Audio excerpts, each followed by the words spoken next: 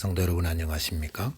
2023년 11월 1일 수요 새벽 말씀 함께 나누겠습니다. 함께 나누실 하나님 말씀은 오바댜서 1장 1절에서 9절까지입니다. 오바댜서는 구약에서 가장 짧은 한 장으로 되어진 책으로서 에돔 족속에 대한 심판의 말씀이 기록되어 있습니다.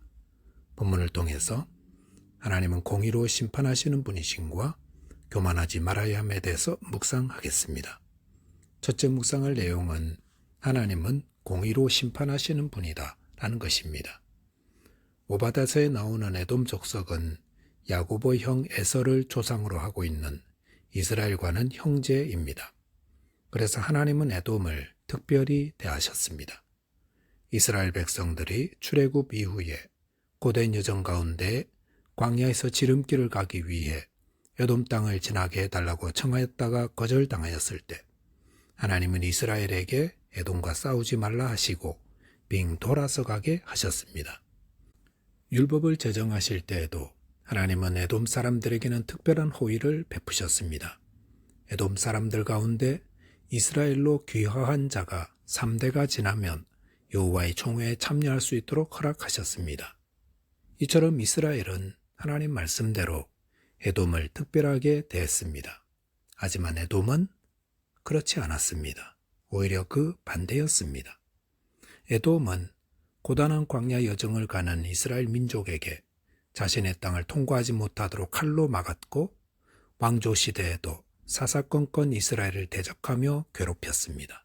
그리고 결정적으로 BC 586년 남유다가 하나님의 징계를 받아 바벨론에 의해 멸망당할 때 에돔은 그들의 형제 나라의 침략군과 함께 들어가 그들을 살육하며 멸망시키는 데 일조하였습니다.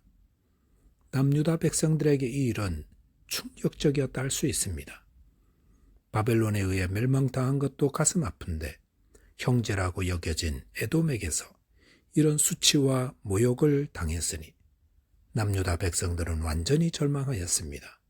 그래서 하나님이 우리를 완전히 버리셨구나 이렇게 좌절하고 있을 때에 그럴 때 이 오바댜서가 기록되었던 것입니다.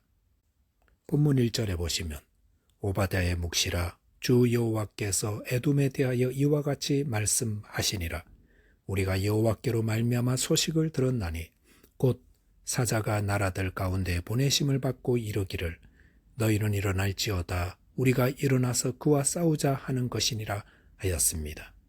여기 보시면 오바댜의 묵시라 했습니다. 묵시란 하나님의 계시의 말씀입니다.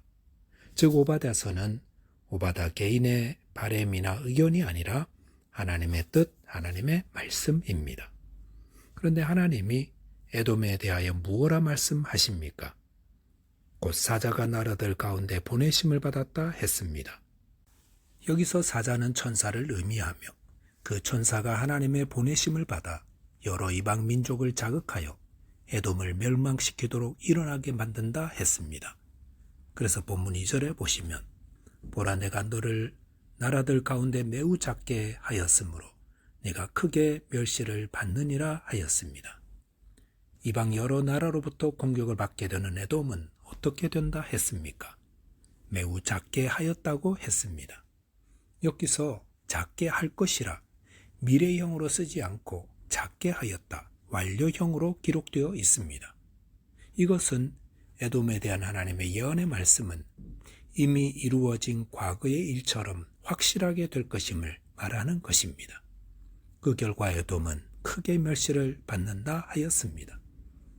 이 예언의 말씀의 성취는 남유다 멸망 5년 후인 BC 581년 바벨론에 의해 에돔이 점령되면서 1차로 이루어졌습니다. 그리고 BC 321년 알렉산더의 부하 안티고누스에 의해 에돔 국가 전체가 완전히 몰락되고 말았습니다.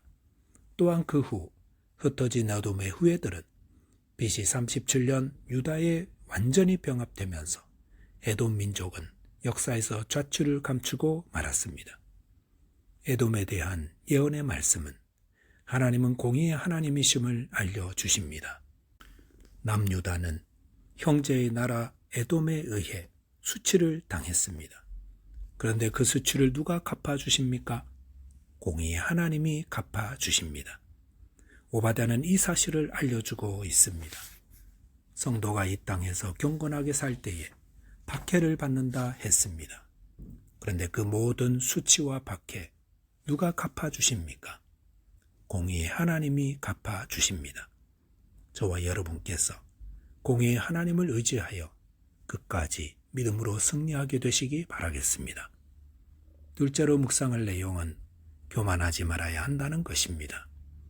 본문 3절에 보시면 너의 마음의 교만이 너를 속였도다. 바위 틈에 거주하며 높은 곳에 사는 자여 내가 마음에 이르기를 누가 능히 나를 땅에 끌어내리겠느냐 하니라고 하였습니다. 이 말씀은 에돔 족속이 어떻게 살았는지를 보여줍니다. 에돔 족속의 거주지는 사해 남방에 위치한 세일산이었습니다. 이 세일산은 지형이 가파르고 험난하여서 동굴 같은 피난처가 많은 천연 요새였습니다. 특히 페트라라고 알려진 에돔의 수도는 그 입구가 3.5km의 좁은 절벽 사이길로 되어 있어서 침략군이 쳐들어와도 적은 인원으로 능히 방어할 수 있었습니다. 이처럼 에돔인들은 지형적 이점을 과신하면서 누가 능히 나를 땅에 끌어내리겠느냐 라는 교만한 마음을 가지고 있었고 그런 마음으로 주변 나라들을 약탈하곤 했었습니다. 그런데 하나님께서 이 에돔 족속에게 무엇라고 하십니까? 너의 마음의 교만이 너를 속였도다 라고 하셨습니다. 교만은 우리를 속입니다. 특별히 반복된 성공은 사람을 교만하게 만들고 그 교만한 마음이 우리 자신을 바르게 보지 못하게 속입니다. 이사야 14장 12절에 보시면 사단의 존재를 너 아침의 아들 계명성이여라고 했습니다. 계명성은 새벽이 밝아올 때 다른 별들은 다 사라져도 끝까지 남아있는 금성을 의미합니다. 그러니 모두 하늘을 보며 다른 별들은 다 어디 가고 저 별만 빛나고 있나 라고 하며 모든 주목을 홀로 받는 뛰어난 존재가 계명성입니다. 그런데 그러다가 교만해졌습니다. 그래서 이사야 14장 13절에 보시면 네가 네 마음에 이르기를 내가 하늘에 올라 하나님의 뭇별 위에 내 자리를 높이리라 한다 했습니다. 교만하면 어떻게 됩니까? 하나님의 자리까지 오르려고 합니다. 그러다 어떻게 되었습니까?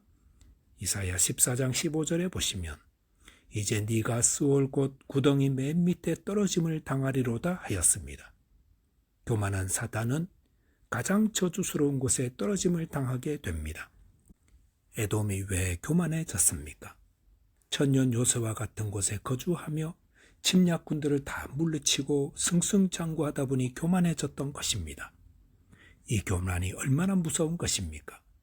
베드로가 예수님께 사단아 내 뒤로 물러가라라고 책망 들었을 때가 언제입니까? 주님을 향한 바른 신앙 고백으로 베드로야 네가 복이 있다 칭찬 들은 직후였습니다.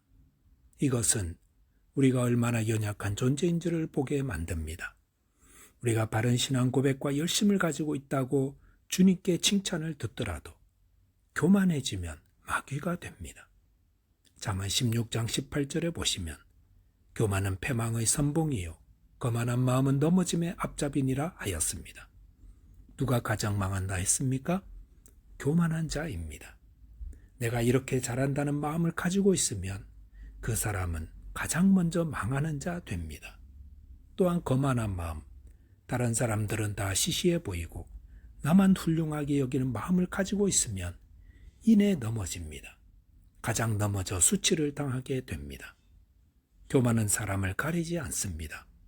계명성처럼 빛나던 천사도 교만해지자 사단이 되었습니다. 그러므로 성도는 늘 자기 마음을 살펴야 합니다. 성도는 하나님을 의지하며 살되 내 안의 것들을 의지하지 말아야 합니다. 내게 있는 것들은 안개와 같이 사라지는 것들입니다. 내게는 오직 예수 그리스도밖에 없습니다. 예수님은 하나님과 본체이시지만 자기를 낮추셨습니다. 종처럼 낮추어서 십자가에서 죽기까지 섬김의 삶을 사셨습니다. 성도는 이렇게 겸손하신 예수님을 본받아야 합니다. 그럴 때에 바른 믿음의 삶을 살아갈 수 있습니다. 기도하겠습니다. 하나님 아버지, 주님을 믿을 때 당하는 여러 가지 박해와 어려움 속에서 공의로우신 하나님을 의지하게 하여 주옵소서. 또한 저희 안에 교만을 버리고 오직 예수 그리스도만을 본받아 겸손한 자 되게 하여 주옵소서. 예수 그리스도 이름으로 기도하옵나이다. 아멘. 오늘도 믿음 안에서 승리하는 하루 되시기 바라겠습니다. 감사합니다.